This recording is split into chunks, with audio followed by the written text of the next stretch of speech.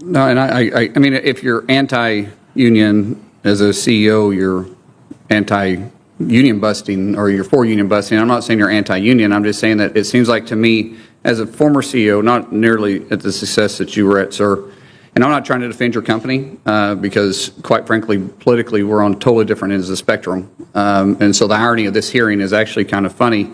And I do want to point out some hypocrisy about this hearing with the chairman. And it's not trying to get personal. All this information is going to be very public. Hold on now, did you people see this? That was Senator Markwayne Mullin from Oklahoma, and he just, went hard there. He stared Bernie Sanders straight in the eyes and called out the monster in the room that nobody in DC wants to talk about. Welcome back to the channel, folks. Today we are tearing down a clip that is pure fire. You know, usually these Senate hearings are dull. It's just chest-beating suits talking to suits, but every once in a while, someone decides to drop the script and speak the truth. We've got Bernie Sanders, the self-proclaimed champion of the working class, grilling former Starbucks CEO Howard Schultz. Bernie is doing his usual routine, painting every CEO as a villain and every business owner as corrupt, but Senator Mullen wasn't having it. He chose to flip the script and ask a simple question. If making money is so bad, Bernie, why are you so rich? We're going to watch the full exchange. But let me tell you, Mullen exposes the double standard in a way I haven't seen in a long time. It's the classic rule for thee, but not for me. Let's dive into the full video and see how Bernie handles getting a taste of his own medicine. Story, we'll come back to that because it sounds like something to do. I hope you do. I'll defer to Senator Markwayne Mullin. Well, thank you. And considering the chairman doesn't want to hear any of that information because I believe he's pretty biased in his opinion already, Mr. Schultz, I'll give you an opportunity to finish that if you'll do it quickly. Thank you very much. So, as you might imagine, we're very curious to understand what happened in Buffalo, and we later found out that this individual, which was hired in 2020, was paid for and under the employment of the union that was basically trying to organize Starbucks. We later found out there was more than one person. And so you might want to ask yourself, where's the fairness, right, the objectivity, and the integrity of what we're talking about here today? No, and I mean, if you're anti-union as a CEO, you're anti-union busting or you're for union busting. I'm not saying you're anti-union. I'm just saying that it seems like to me, as a former CEO, not nearly at the success that you were at, sir, and I'm not trying to defend your company because, quite frankly, politically, we're on totally different ends of the spectrum. And so the irony of this hearing is actually kind of funny. And I do want to point out some hypocrisy about this hearing with the chairman. And it's not trying to get personal. All this information is going to be very public. But the fact that you can't defend your company because you want to have a good relationship with your employees and you believe in employee value, which we all do. Any CEO knows that the success of our companies are based on our employees. We get that. But it seems like unions today, all they want to do is fight with their employees or their employer, the same employer that is hiring those team members. And that friction causes a very volatile and tough workplace. And if the company and the employees aren't in the same boat, rowing in the same direction, then neither one can be successful. And unions themselves, if you're part of a union, you can never be an executive, you can never be a manager, and never be a CEO. And if you can't be an executive or a manager or the CEO, then how are you actually going to implement the changes that the unions want in those positions to begin with? And it seems like they actually hold back their team members. Mm-hmm. But I take offense to the chairman pointing out that all CEOs are corrupt because they're millionaires. You know, if you make a lot of money, you're corrupt. It's bothering to me because, Mr. Chairman, you yourself have been very successful. Rightfully so. Glad you have been. You've been in office for 28 years, and you and your wife have immersed a wealth of over $8 million. And in fact, your quote on being wealthy and being a millionaire was, well, if you write a bestseller, you can be a millionaire too. If you can be a millionaire, why can't Mr. Schultz and other CEOs be millionaires and be honest too? If that's the case, then why is it that Mr. Schultz, who actually creates jobs and a bestseller of a book, isn't creating any jobs?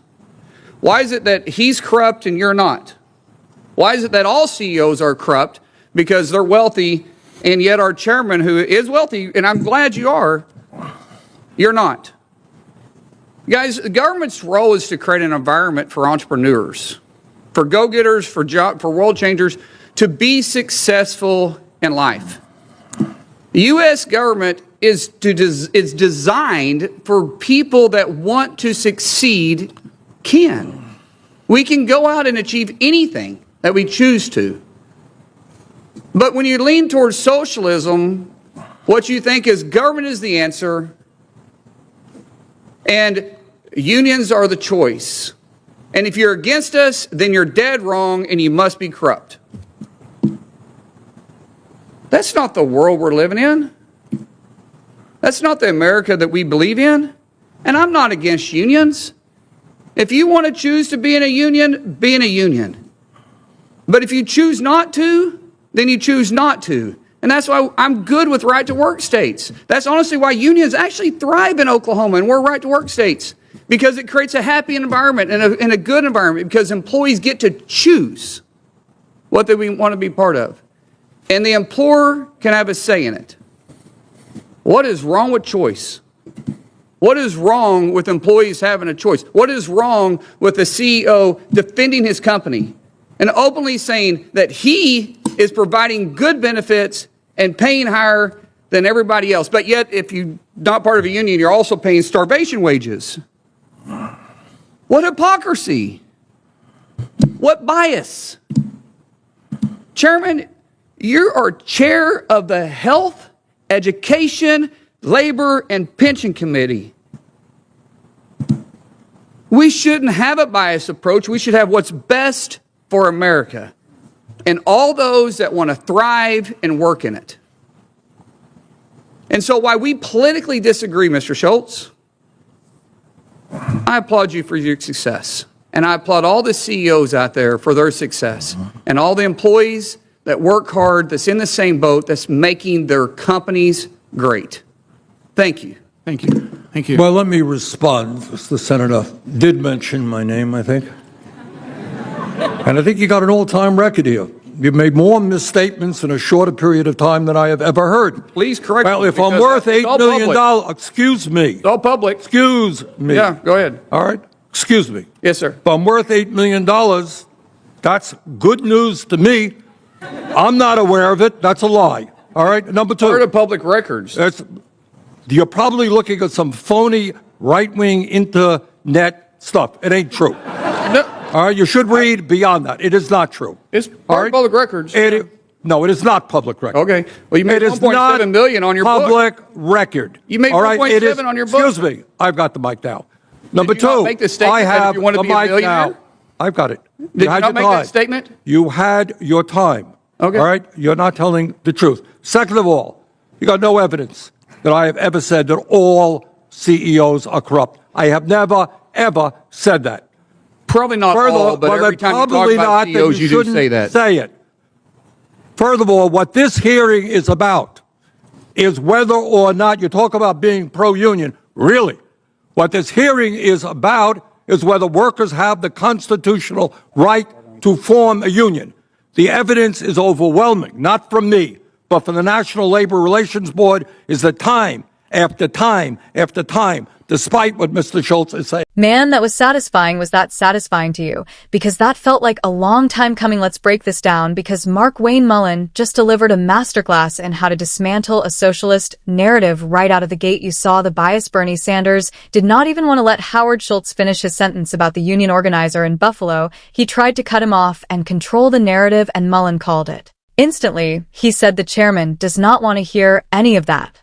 He is pretty biased. That set the tone. Mullin was not there to play Bernie game, but the real fireworks started when Mullin brought up the net worth. This is the moment we always scream at our TVs. Mullin pointed out that Bernie and his wife have a massive fortune, over $8 million by some estimates. And look, in America, that is great. We want people to succeed. That is the American dream. But here is the kicker: when Howard Schultz makes billions creating a company that employs hundreds of thousands of people, he is corrupt, he is the villain. But when Bernie makes millions, it is suddenly good business. Mullin nailed him with his own words. He reminded everyone that Bernie once said, if you write a bestseller, you can be a millionaire too. So let me get this straight: creating jobs, building stores, taking risks, that is evil capitalism. But selling books about capitalism makes you a moral millionaire. Give me a break. Mullin tried to point out the whole mindset routine. He said the government is supposed to create an environment for entrepreneurs, and that is what builds prosperity. He tried to pivot back, but the socialist damage was already done. The message is clear: if you are not part of the union mob or the political club, you are the enemy. Mullen stood up for the idea that success is not a crime. He stood up for the business owners who actually drive the economy. You have to expose the fact that the people who are constantly demonized are usually the ones creating opportunity. Bernie can shout all he wants, but common sense won this round. Common sense seems to be in short supply, and Bernie came up empty. What did you guys think? Was Mullen too harsh, or was it exactly what Bernie needed to hear? Let me know in the comments below. The argument turned into shouting and table banging. Catch you in the next one. Bernie lost his cool. He started yelling, excuse me, excuse me. He looked rattled, and his